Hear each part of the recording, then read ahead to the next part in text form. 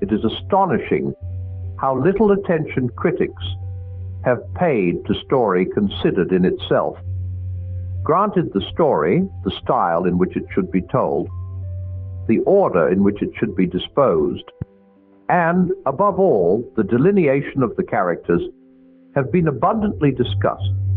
But the story itself, the series of imagined events, is nearly always passed over in silence, or else treated exclusively as affording opportunities for the delineation of character. There are indeed three notable exceptions.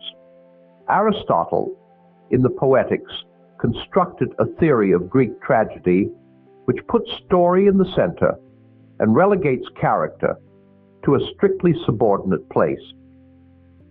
In the Middle Ages and the early Renaissance, Boccaccio and others developed an allegorical theory of story to explain the ancient myths, and in our own time, Jung and his followers have produced their doctrine of archetypes.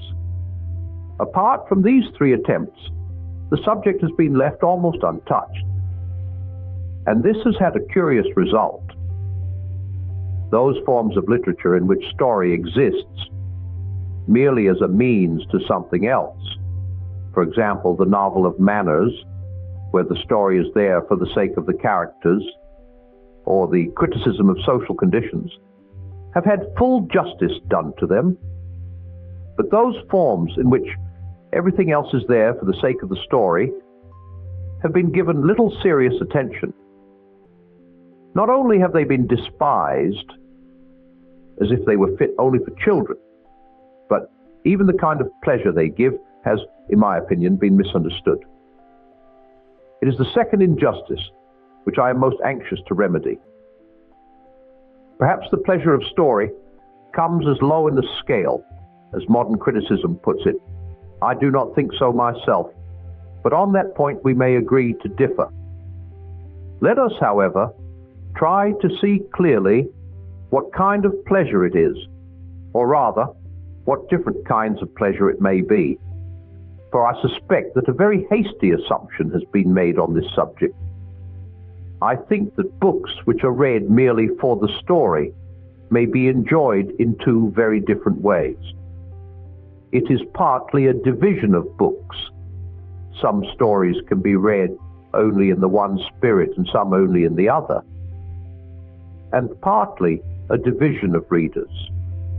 The same story can be read in different ways. What finally convinced me of this distinction was a conversation which I had a few years ago with an intelligent American pupil. We were talking about the books which had delighted our boyhood. His favorite had been Fenimore Cooper, whom, as it happens, I have never read. My friend described one particular scene in which the hero was half sleeping by his bivouac fire in the woods, while a redskin with a tomahawk was silently creeping on him from behind. He remembered the breathless excitement with which he had read the passage, the agonized suspense with which he wondered whether the hero would wake up in time or not. But I, remembering the great moments in my own early reading, felt quite sure that my friend was misrepresenting his experience, and indeed leaving out the real point. Surely, I thought, the sheer excitement, the suspense, was not what had kept him going back and back to Fenimore Cooper. If that were what he wanted, any other boy's blood would have done as well. I tried to put my thought into words. I asked him whether he was sure that he was not overemphasizing and falsely isolating the importance of the danger simply as danger. For though I had never read Fenimore Cooper, I had enjoyed other books about Red Indians, and I knew that what I wanted from them was not simply excitement. Dangers, of course, there must be. How else can you keep a story going? But they must, in the mood which led one to such a book, be redskin dangers. The redskinnery was what really mattered. In such a scene as my friend had described, Take away the feathers, the high cheekbones, the whiskered trousers, substitute a pistol for a tomahawk, and what would be left? For I wanted not the momentary suspense, but that whole world to which it belonged. The snow and the snowshoes, beavers and canoes, warpaths and wigwams, and Hiawatha names. This I, and then came the shock. My pupil is a very clear-headed man, and he saw at once what I meant, and also saw how totally his imaginative life as a boy had differed from mine. He replied that he was perfectly certain that all that had made no part of his pleasure. He had never cared one brass farthing for it.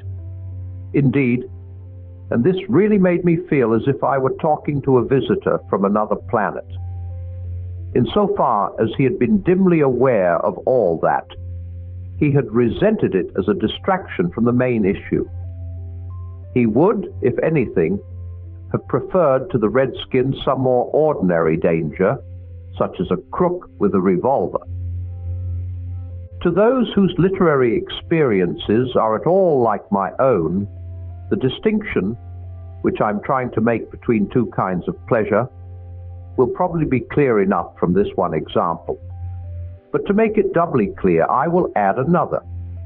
I was once taken to see a film version of King Solomon's Mines, of its many sins, not least the introduction of a totally irrelevant young woman in shorts who accompanied the three adventurers wherever they went.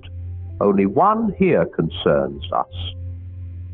At the end of Haggard's book, as everyone remembers, the heroes are awaiting death, entombed in a rock chamber, and surrounded by the mummified kings of that land.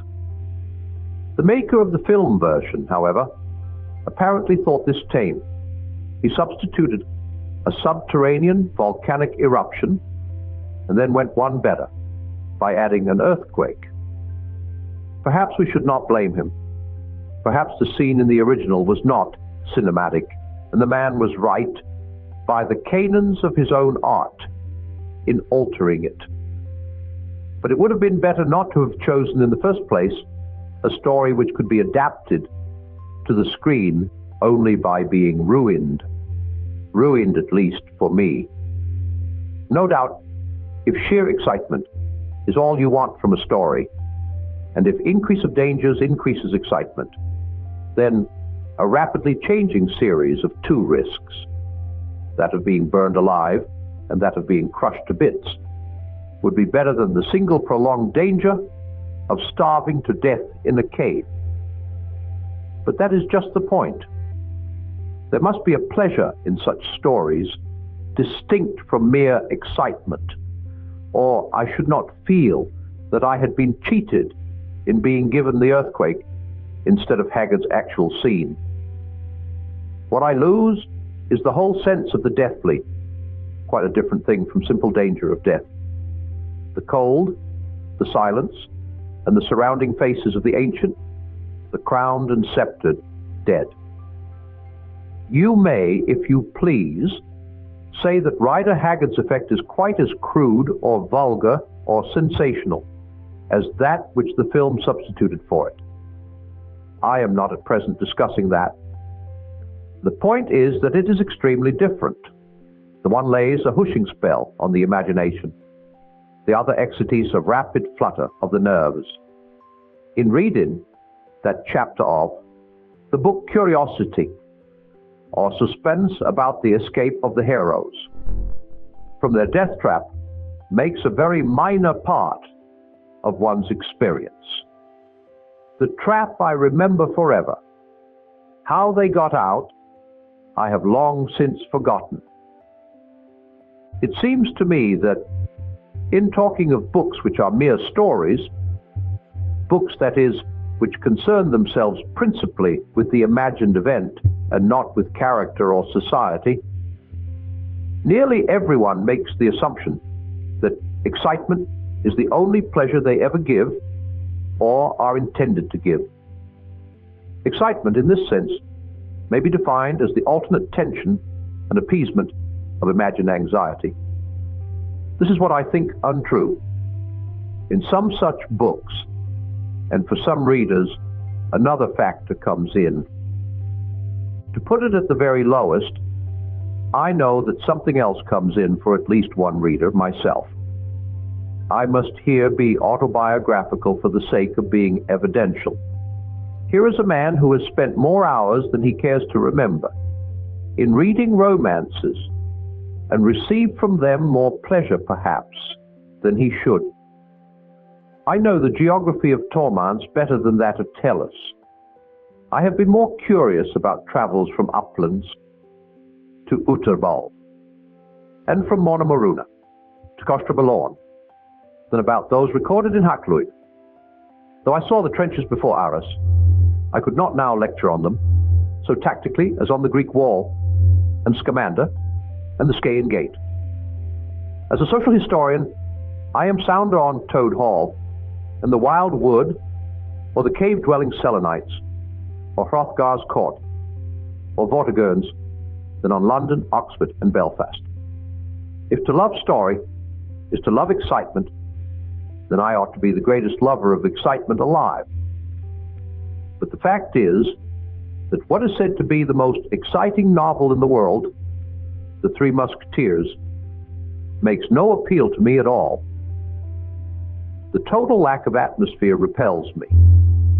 There is no country in the book save as a storehouse of inns and ambushes. There is no weather.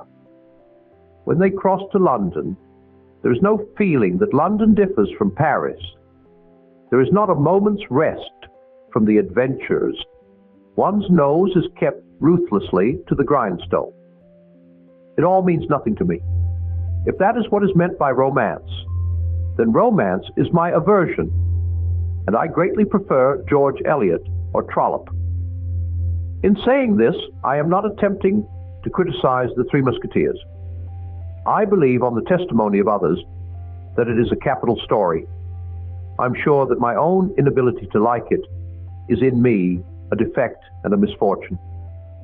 But that misfortune is evidence. If a man sensitive and perhaps oversensitive to romance likes least that romance, which is, by common consent, the most exciting of all, then it follows that excitement is not the only kind of pleasure to be got out of romance. If a man loves wine and yet hates one of the strongest wines, then surely the sole source of pleasure in wine cannot be the alcohol,